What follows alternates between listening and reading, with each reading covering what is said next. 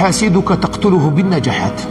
الحاسد تاعك اللي يحسد فيك اقتله بالنجاحات، زيد له نجاح بر نجاح حتى يعيا يولي يلهث وحده يعاود يولي. اصبر على كيد الحسود فإنك قاتله، فإن الحاسد يأكل بعضه إن لم يجد ما يأكله. إذا النار كي تأكل واش دير؟ إذا ما لقيت واش تأكل الحطب وكذا تأكل بعضها وتموت وحدها.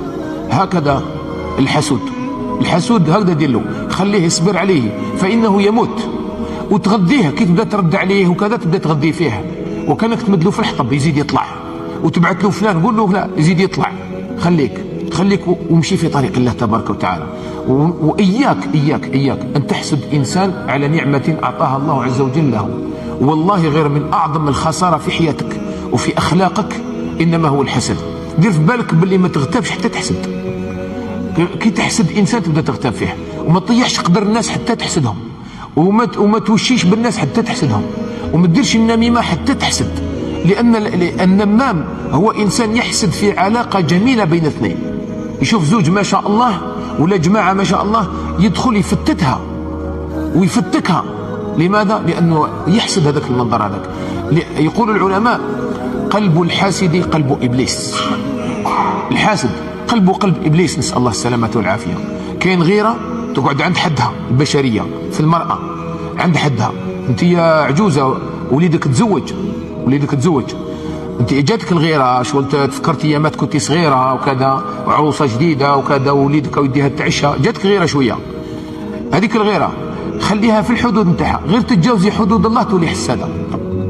وهكذا الأحوال. وعلى هذه المسألة قيس نتايا، قيس على هذا الأمر هذا. إذن لا تحسدوا ولا تباغضوا. البغض إخواني الكرام علاش حرام علينا؟ علاه؟ لأن البغض هو ابتداء، هو السبب كل الشر راح تشوفه مني. كي نبغضك واش معناتها؟ نكشر وجهي في وجهك، ما نقولكش السلام عليكم، ماذا بيا كان تخلط فيا نسبك، بالك نضربك، بالك نتكلم فيك، وماذا بيا حاجة ما تجيك. البغض داخل فيه الحسد يدخل في البغض كذلك. ولهذا التسلسل النبي عليه الصلاة والسلام أحيانا يذكر لنا خلق داخل في الخلق الذي بعده. أنت كي تبغض الناس راح تحسد، ولهذا الحسد سبب البغض والبغض سبب الحسد.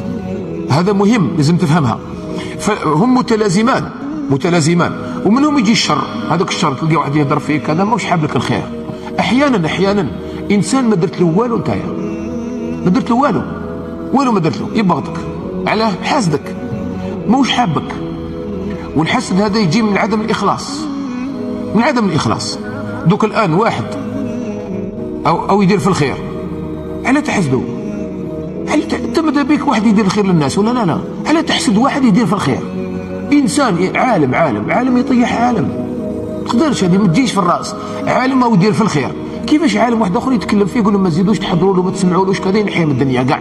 كيف ما تجيش؟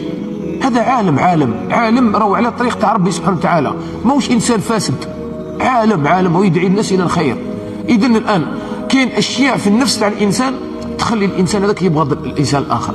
دوك أنت تاجر أعطاك ربي رأس مال 120 مليار، مصانع والدنيا خير كبير عظيم، ومن بعد واحد آخر ويخدم كيما أنت نفس المنتوج، هو ماركة وأنت ماركة، هو ملايير وأنت ملايير، أنت راك تبيع هو يبيع، عليك حب تطيحه؟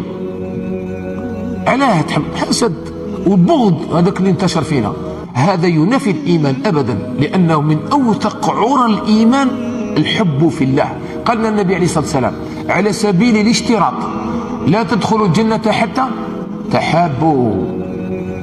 مستحيل ندخلوا الجنة واحد فينا يحمل حاجة على الآخر.